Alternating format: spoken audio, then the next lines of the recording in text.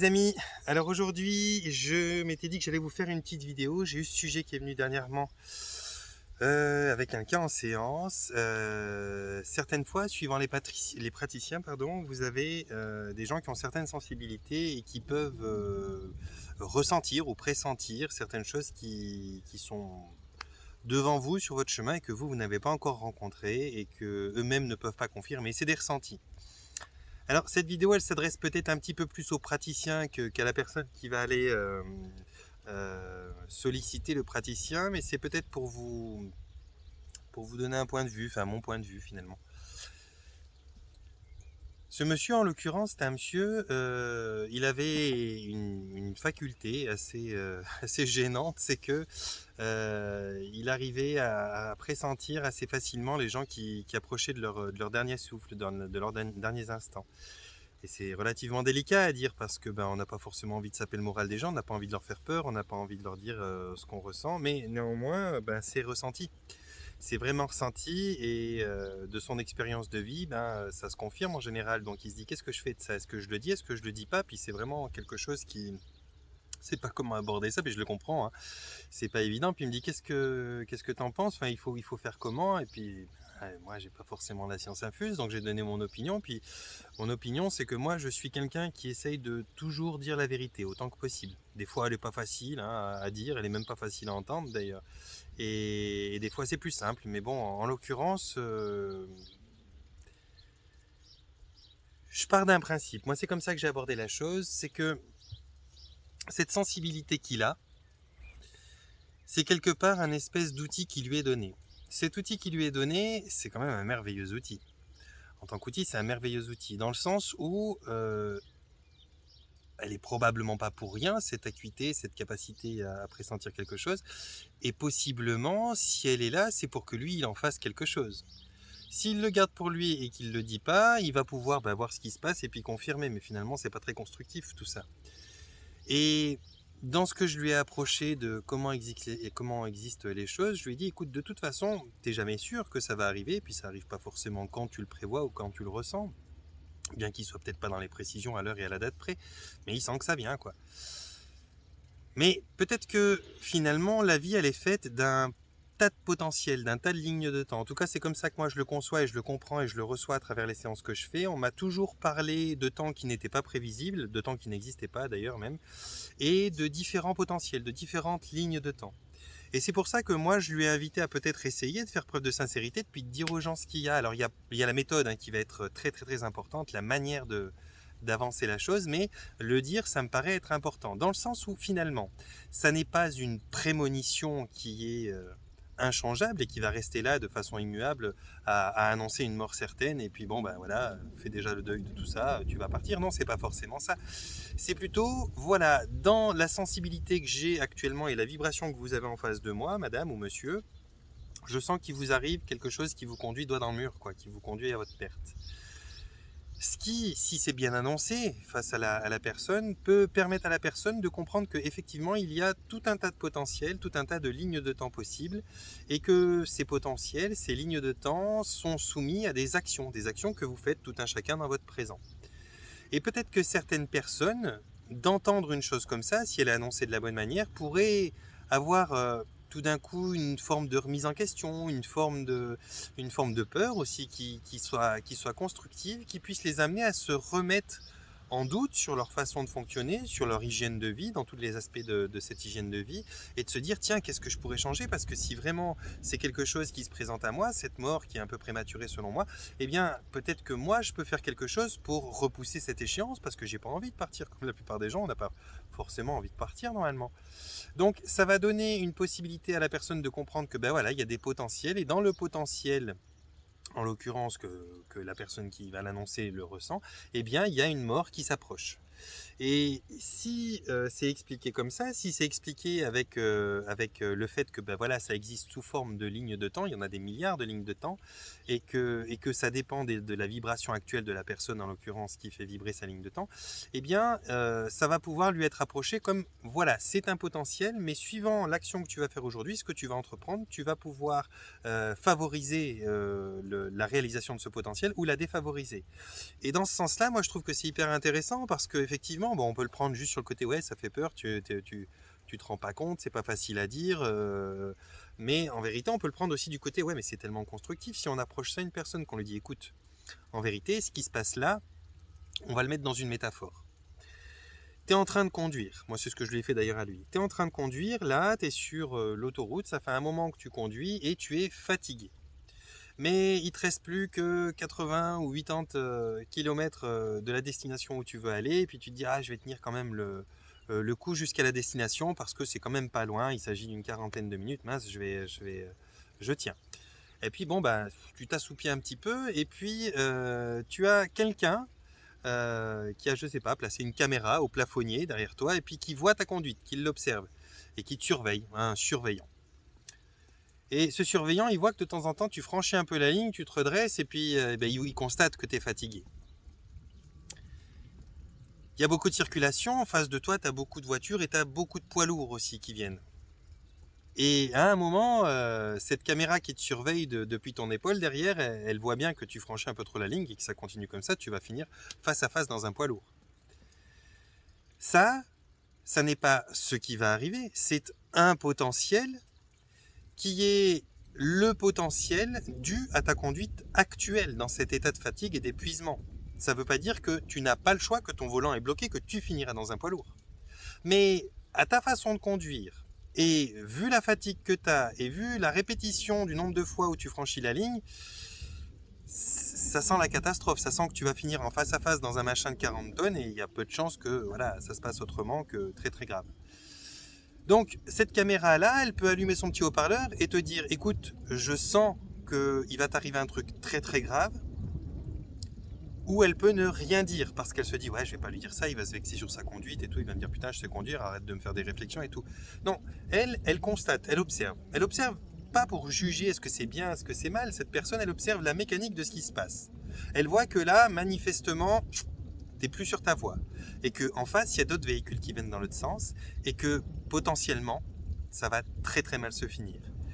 Si elle choisit la vérité, eh bien éventuellement elle peut te faire te remettre en question et te dire, putain, je vais pas mourir pour les 80, 60 ou 40 kills qui me restent. Je me parque et je m'assoupis 20 minutes et je reprends après, parce que peut-être que sinon je me réveille jamais, quoi. Donc elle te donne ce choix. Elle te donne cette information qui pour elle est quelque chose qu'elle a perçu dans les différentes lignes de temps qu'elle voit pour toi, qu'elle a ressenti qui vibre, parce que c'est ce que tu produis comme vibration actuellement, toi en tant que conducteur.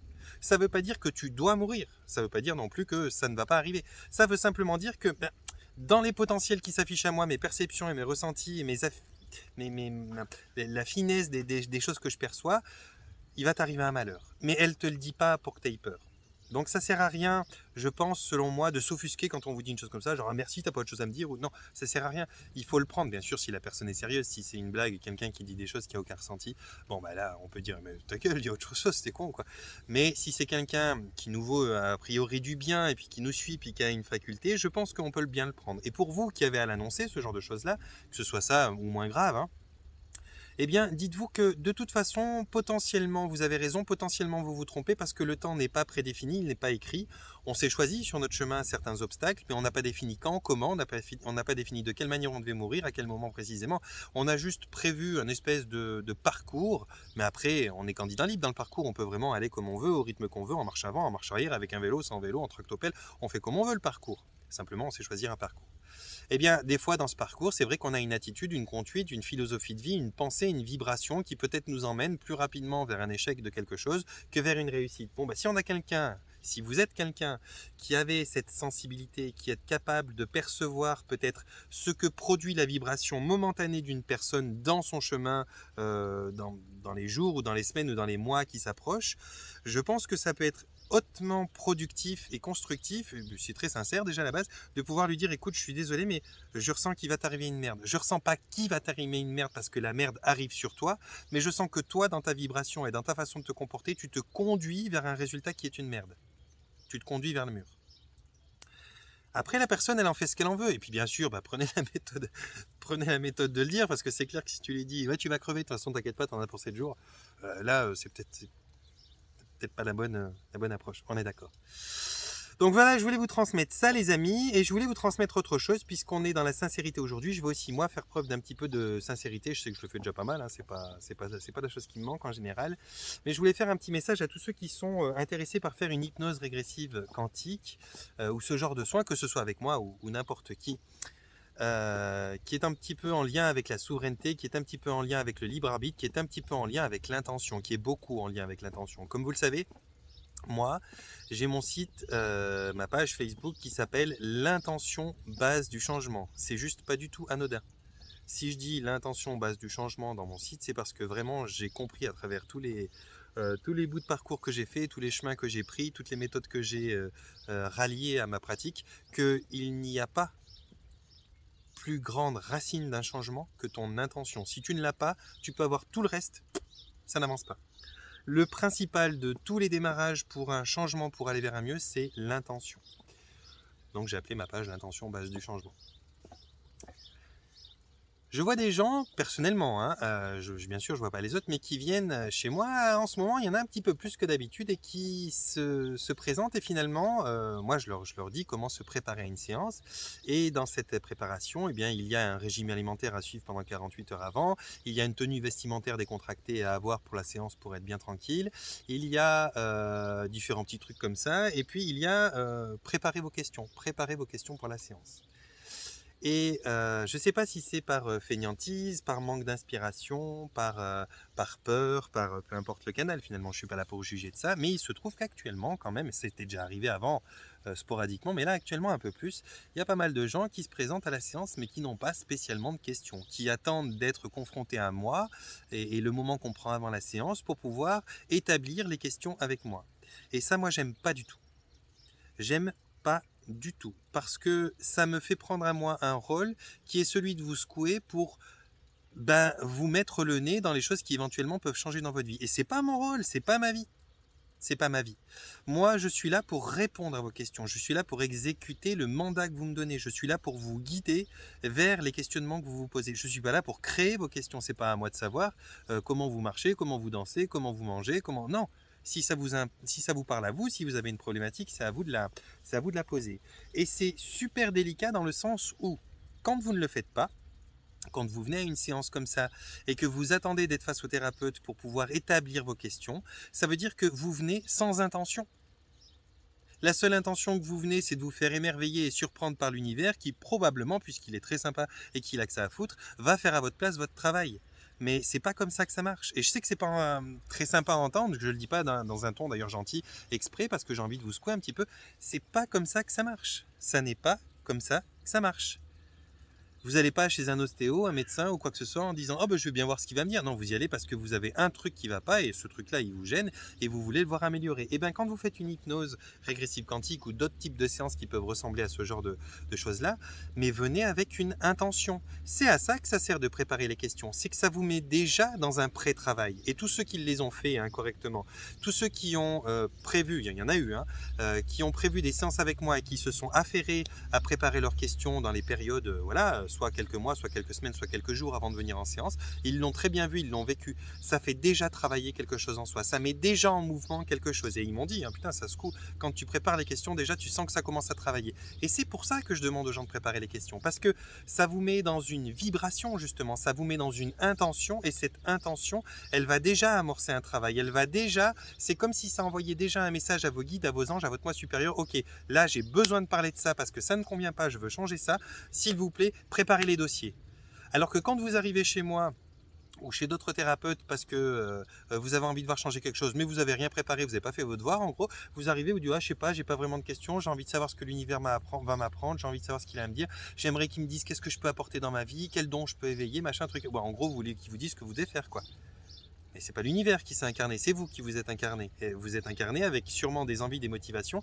Et ça reflète des gens qui sont coupés de leur sens, coupés de leur envie, coupés de leur légitimité, coupés de plein de trucs.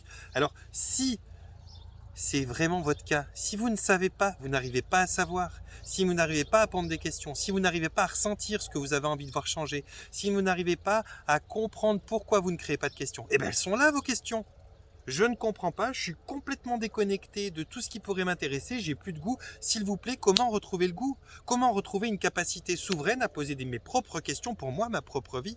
Comment trouver la force de pouvoir affronter certaines problématiques qui aujourd'hui me mettent complètement léthargique face à ma situation? Au moins, c'est déjà les bonnes questions. Et ça enclenche une intention. Et c'est surtout ça dont j'ai besoin. Moi, personnellement, j'ai pas besoin spécialement de questions pour savoir. Non, j'ai besoin d'un fil conducteur qui m'emmène à comprendre qu'est-ce qui vous pèse et qu'est-ce qui ne vous pèse pas, parce qu'on peut avoir 15 personnes qui ont exactement les mêmes problèmes à quelque chose près, des ils s'en accommodent très bien et des ils ne peuvent pas supporter, ils veulent voir changer ça. Mais moi je peux pas deviner, enfin je peux pas deviner, je peux le faire, mais c'est pas à moi de le faire. Ça n'est pas à moi de le faire, d'ailleurs ça n'est à aucun thérapeute de le faire. Et si c'est votre problème, comme je vous le dis, au moins que ça arrive sous forme de questions. Je n'arrive pas à poser mes questions. J'aimerais que l'univers m'aide, j'aimerais comprendre d'où ça vient, le fait que je n'arrive pas, dès qu'il s'agit de moi, à produire une question. Au moins, vous avez l'intention de faire changer quelque chose, au moins de faire changer le fait de ne rien faire. C'est déjà ça. C'est déjà ça. Vaut mieux une question que zéro question, dire Johan il va bosser pour moi ou machin et trucs. Alors là je vous attaque, je vous pousse dans vos retranchements. Parce que vous avez besoin d'être secoué, simplement parce qu'au bout d'un moment, je ne suis pas un câlinothérapeute, je ne suis pas un massothérapeute, je ne suis pas quelqu'un qui fait des séances d'entretien pour entretenir quelque chose spécialement qui va bien. Je suis quelqu'un qui fait des séances d'amorce, de changement. Je suis quelqu'un qui vous emmène à vraiment aller, vu le prix de la séance, vu l'investissement en temps pour ceux qui font des voyages et ceux qui prennent encore une nuit d'hôtel ou je sais pas quoi. Merde, si vous vous déplacez avec un tel investissement, vous venez pour quelque chose. Moi, je suis là, et puis même moi, ça m'éclate. Je veux dire, si moi, je viens juste pour vous dire oui, vous êtes beau, vous êtes gentil, et puis on enlève la petite épine dans le bout du pied, franchement, mais il y a d'autres gens qui sont nettement moins chers et suffisamment compétents pour vous faire ça. Vous n'allez pas prendre une Formule 1 pour aller acheter une baguette de pain à 20 mètres de la maison. Vous allez prendre une Formule 1 pour vous éclater, vous faire de l'adrénaline et tout sur un circuit. La méthode que j'ai, moi, comparée à certaines autres méthodes qui sont de l'entretien, c'est une Formule 1. Si vous venez juste sans casque et puis en Bermuda, sans gants, pour essayer juste de voir si vous pouvez passer que la première, franchement, essayez ça avec une voiture normale ou une tracteur tondeuse. Là, préparez-vous, mettez-vous en condition, préparez vos questions et vous allez voir qu'il y a un travail mais colossal qui s'amorce à ce moment-là. Vous allez voir, ça commence à créer des nausées, des pleurs, des machins. Vous établissez les questions, puis ça vous met dans des réflexions, ça vous met dans l'ambiance, dans la vibration que vous pouvez espérer pour vous. Et à partir de là, je vous le dis clairement, le résultat de mes séances, quand les questions ont été préparées par quelqu'un, indépendamment de ma forme, de ma bonne humeur et tout ça. Ma production, ce que je peux donner en séance, moi, à quelqu'un qui a préparé ses questions déjà un petit peu à l'avance, bien consciencieusement, et si je l'aide à préparer les questions, c'est en tout cas 70-80% de réussite supplémentaire, de résultats plus forts. Pourquoi? Parce que dans un cas, c'est moi qui l'aide à trouver sa souveraineté et puis à préparer ses questions, et puis c'est un petit peu influencé, et puis c'est fait à la dernière minute, juste avant la séance, et puis c'est pas vraiment mûri dans la tête, on n'a pas eu le temps d'y réfléchir soi-même et tout ça. Et dans un autre cas, c'est préparé à l'avance par soi-même, par ses propres soins, on l'a lu, on l'a relu, on l'a corrigé, et on a déjà amorcé des pistes. Donc il y a déjà une vibration qui se met en place là-dessus. Et donc le résultat, il en est d'autant plus puissant. Mais je vous dis, 70 à 80% de plus. C'est incomparable. Donc je vous le donne à vous. Si je vous demande de préparer des questions, si je vous demande certaines choses, pas de sel, pas de sucre, c'est pour de bonnes raisons. Je vous les redonne aujourd'hui. Aujourd'hui, je vous donne c'est pourquoi du comment. Une séance d'hypnose régressive quantique, c'est une séance d'hypnose, donc d'état de conscience modifié, régressive dans le sens où on va essayer de retourner dans ce qu'on pourrait appeler le passé, bien que ça ne marche pas comme ça, pour essayer de comprendre où ont été bloquées certaines problématiques, où ont été camouflées certaines ressources ou compétences, et puis quantique dans le sens où au niveau quantique, on va interagir sur le temps, sur la matière, sur le tout quelque part, pour pouvoir, de par son observation et la reprogrammation due à cette observation, créer une nouvelle réalité. C'est juste pas rien. Maintenant, cette préparation, pas d'alcool, pas de drogue 48 heures avant, c'est pas anodin du tout. Je vous le dis pas parce que ouais, c'est la fête, faites-vous plaisir, essayez quelque chose. Non, on essaye d'obtenir un état de conscience modifié. L'alcool, la drogue, que ce soit des médicaments, que ce soit des choses qui ne sont pas naturelles, ça crée des états de conscience altérés. C'est pas la même chose.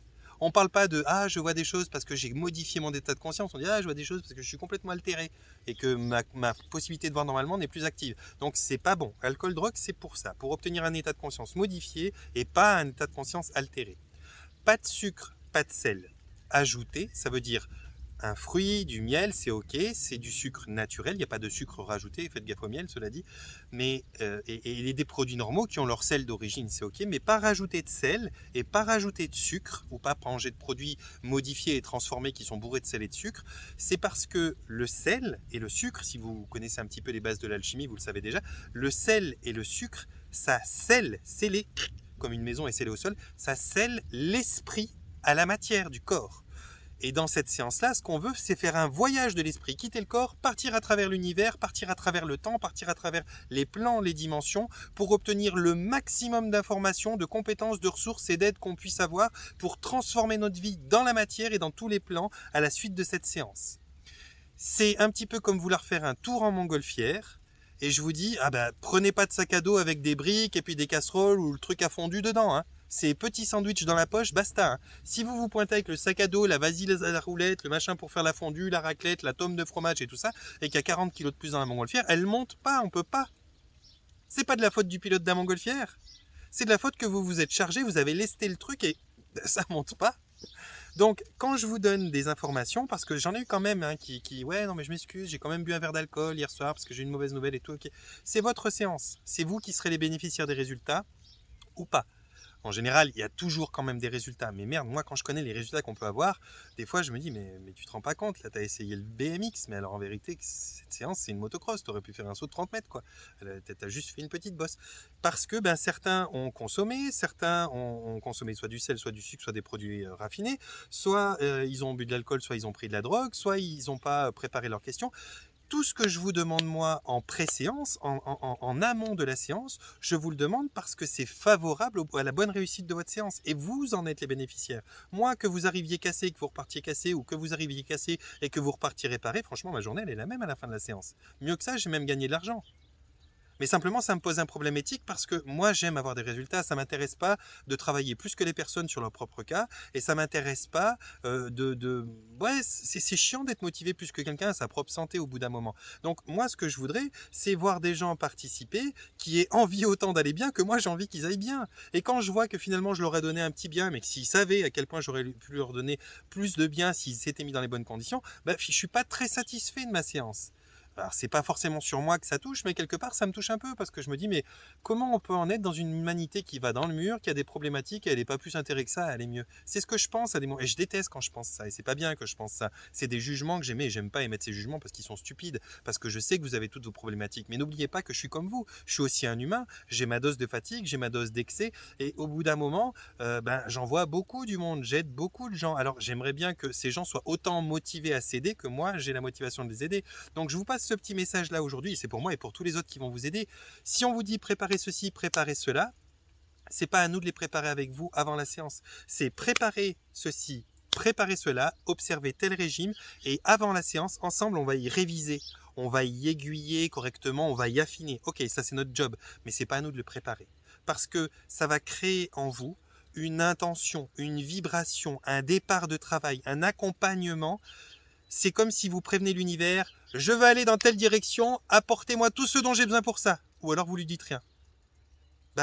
Si vous le prévenez, il y a des chances qu'il vous emmène les bonnes baskets, la paire d'ailes, le deltaplane, tout ce que vous avez besoin pour dépasser la montagne. Si vous lui prévenez de rien, faut pas vous plaindre au dernier moment si ouais, finalement cette séance elle m'a pas apporté plus que ça. Je veux dire, il n'y a pas de magicien, que ce soit moi ou n'importe quelle pratique, il n'y a pas de magicien. On ne peut pas aider quelqu'un qui ne veut pas être aidé. On peut aider grandement quelqu'un qui peut être aidé et on peut faire des miracles à quelqu'un qui croit au miracle. Alors, croyez au miracle, préparez-vous, investissez-vous, mettez une intention, l'intention base de votre changement. Et vous verrez que pour toutes les choses que vous voulez aborder, si vous avez ne serait-ce que l'intention, même si vous n'avez aucune idée de comment faire, mais juste si vous en avez l'intention, ça va déjà amorcer un truc qui va vous aider à aller là où vous voulez aller, comme vous voulez aller. Je vous fais des gros bisous, je vous aime fort, encore plus quand je vous secoue comme ça parce que je culpabilise un petit peu. Je me dis putain merde, t'y vas fort. Mais ouais, franchement, j'ai même pas envie d'y aller plus doucement. C'est un peu votre problème aussi. Chacun son problème. Moi, mon problème à moi, c'est d'accompagner les gens. Mais bien sûr, les gens doivent enlever le frein à main et tout. Tu peux pas tirer une voiture qui est en panne si elle a mis le frein à main, une vitesse et qu'elle a encore mis une chaîne accrochée à la barrière derrière. Au bout d'un moment, tu peux pas dire au dépanneur alors t'avances. Ben non, dépanneur, t'es gentil, enlève le frein à main, enlève la vitesse, tourne le volant dans le bon sens. Moi, j'ai qu'un camion, j'ai pas un porte-avions. Voilà, donc c'est votre rôle, c'est votre part. Croyez pas que vous allez faire quelque chose qui va changer votre vie. Ayez déjà une intention à la base et là, ça changera votre vie. Un gars comme moi, un gars qui pratique quelque chose comme je pratique, en vérité, il n'est pas magicien, il est pas, il a rien à se valoriser, à se dire ouais, je fais ci, je fais ça, je mets. Non, non, non.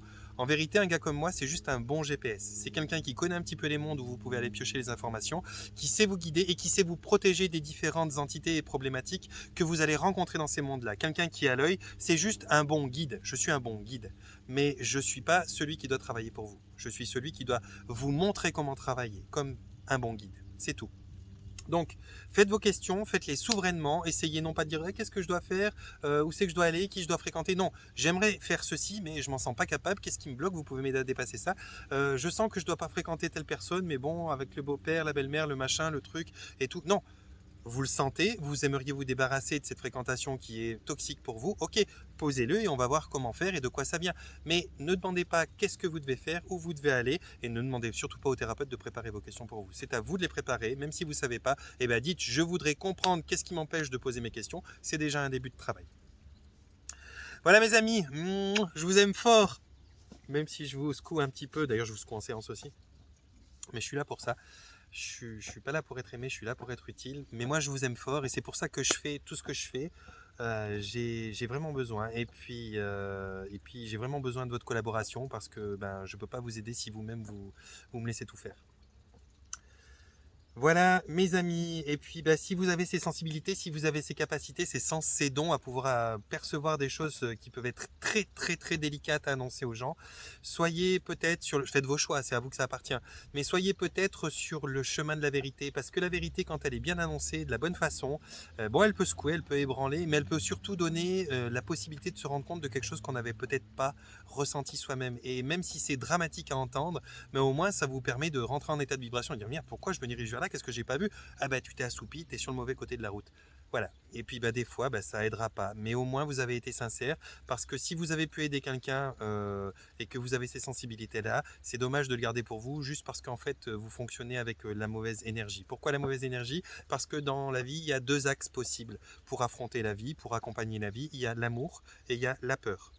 Si vous faites quelque chose par amour, par bienveillance, peu importe la nouvelle que vous avez à exprimer, si elle est exprimée parce que par amour vous voulez dire quelque chose, normalement ça devrait toujours être bien interprété et au pire vous savez que vous avez fait de votre mieux et donc vous ne vous en voulez pas parce que vous avez fait de votre mieux. Si vous ne faites pas quelque chose ou que vous faites quelque chose par peur de vexer, de blesser, de troubler, de machin, de truc, vous avez répondu à la mauvaise énergie, l'énergie de la peur, et normalement elle n'est pas très constructive et donc elle ne sera pas très constructive pour la personne d'en face. Autant à ce moment-là que vous n'ayez pas cette capacité et ce sens, mais malheureusement vous l'avez. Alors faites-en quelque chose. Mes amis, je vous aime fort. Je vous envoie un panier de bisous. Je vous souhaite de vous porter bien, de prendre soin de vous remettre un petit peu de ce que je viens de vous envoyer dans le melon là. Et puis, si vous voulez me rejoindre, faire des séances ou participer aux cours qui vont venir bientôt, je vais d'ailleurs moi-même aller suivre un petit peu une forme de formation pour moi un petit peu plus loin en énergétique, géobiologie, choses comme ça, au courant du mois de juin pour pouvoir être plus complet dans mes formations que je vais donner aussi, où je mêle un petit peu de ça.